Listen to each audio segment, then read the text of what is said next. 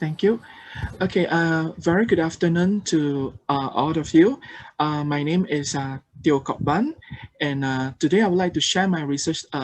It's a conceptual paper, okay, which titled Psychosocial Safety Climate and Burnout Among Malaysian Educators with the Implications of COVID-19.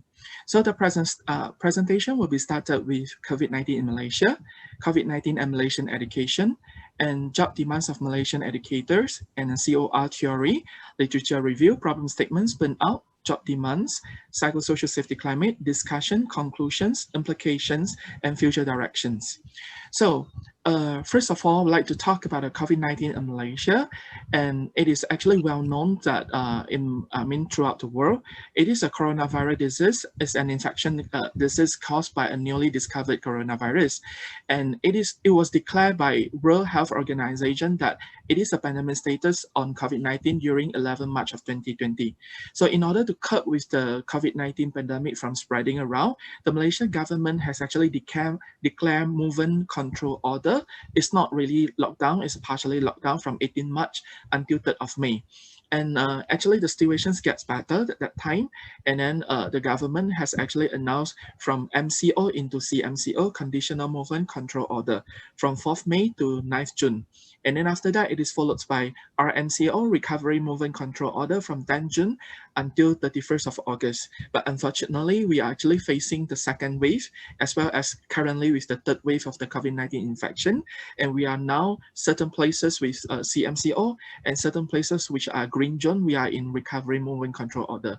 But however, regardless we are in CMCO or RNCO, it has impacted a lot on Malaysian education, where all education in the institutions are forced to shut down physically. Hence, the Ministry of Education Malaysia has instructed all learning institutions, be it preschool, primary, high school, or even university, to implement online teaching until the end of 2020. Therefore, the educators' workload increase because we have to adapt with different type of platform. And then let's look at the job demands. So even before COVID-19, Malaysian educators across all levels, they are actually engaged with teaching, paperwork, consultations, research, publication, and now because of COVID-19, they have online platform adaptations to learn to adapt. Okay, and hence it is actually increased a lot on the job demands part. So based on conservation of resources theory, it is stated by Hopful at year 2001 that individual will feel stressful when there's a loss of resources because they need to cope with job demand, or there's total loss of resources, or they can't even gain back their loss of resources. And this will lead an individual to experience strain or burnout. So it was actually stated by the previous scholars. And then it is to say that when the job demand levels are high, it will lead the job resources to be low because it can be used to actually cope with the job demand. And then the individual tends to reserve the resources, whatever they have, for another job demand. And with that situation, they will be experiencing loss spiral. So with that, from the literature, it is also supported with the previous study that one will experience burnout when there are high levels of job demand and there are low level of job resources.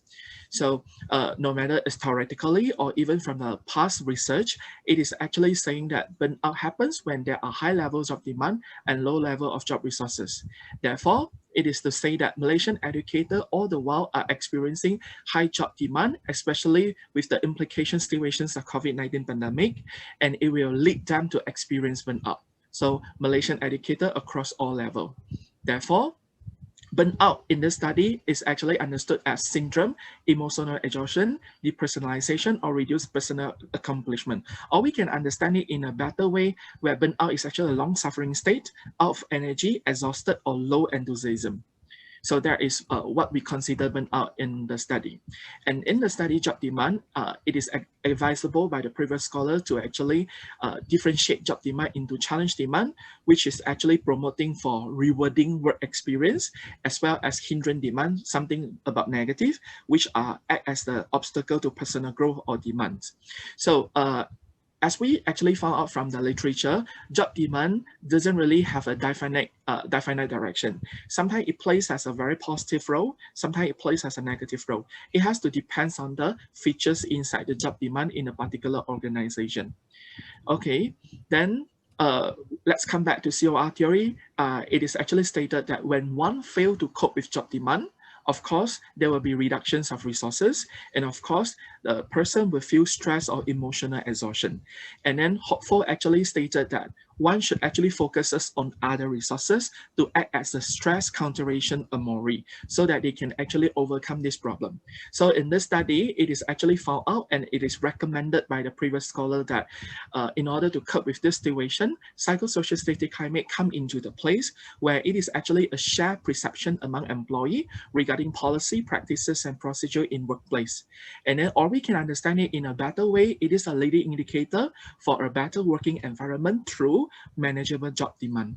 So with that, it is actually used PSC to actually project some impact on job demand, where in this study, it is actually differentiated to challenge demand and hindrance demand. And then this both demand will have the impact on the burnout.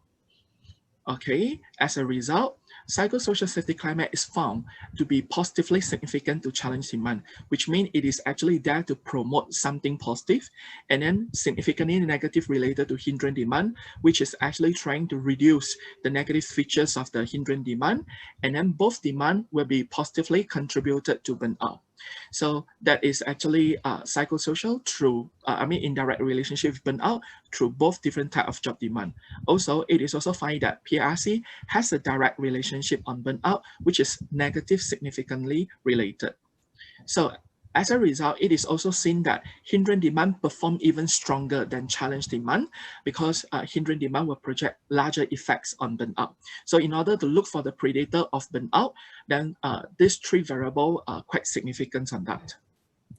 As a conclusion, when PSC is high, or we name it psychosocial safety climate, the challenge demand will be promoted directly, and the hindrance demand will be reduced directly, but burnout also will be reduced indirectly.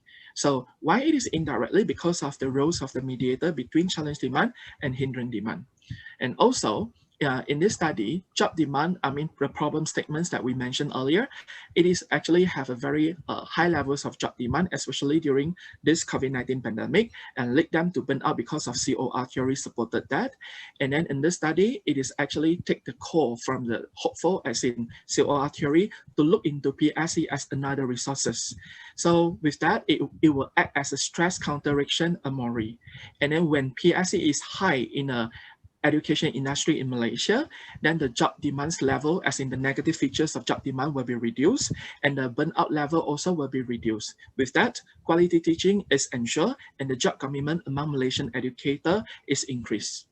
And then it is also found out from this conceptual paper that job demand can play as a significant mediator where challenge demand and hindrance demand.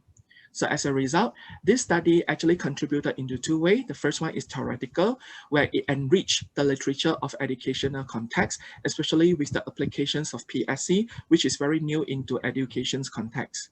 Second thing, differentiated job demand also is something new. We actually taking the call from a scholar, Lensener, at year 2019, which is last year, and it is actually strongly advised that we can actually use this in our further future research in order to test its effects on different type of work-related outcome. Also, it is actually found that both differentiated job demand can play as a very new significant mediator in order to understand the situations better or in order to take the action better.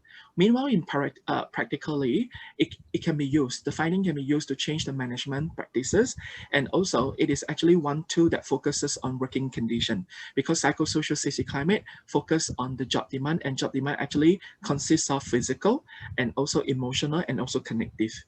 And last but not least, the finding can be used to serve as a guideline to actually design relevant and suitable KPI. So for limitation of the, so for future direction of this study, we actually advise to focus research on different education level because this is a very general. It is not look into any type of the education level at the moment. And then it is actually advised to combine PSC with other climate, such as safety climate, because they are very close. But PSC is more onto working condition and build on a more robust PSC with external factor. Because currently, if you can look at the research instrument, it is, it doesn't include from the aspect of economic, technological, demographical, and social forces. And this always will be not the same across the country. And last but not least, it is actually advised to identify, is there any possible antecedent of the PRC? Because PRC was developed by Dollard at year 2007, and so far there is no significant antecedent yet, and this is something to be, worth to be explored. That's the end of my presentation. Thank you very much.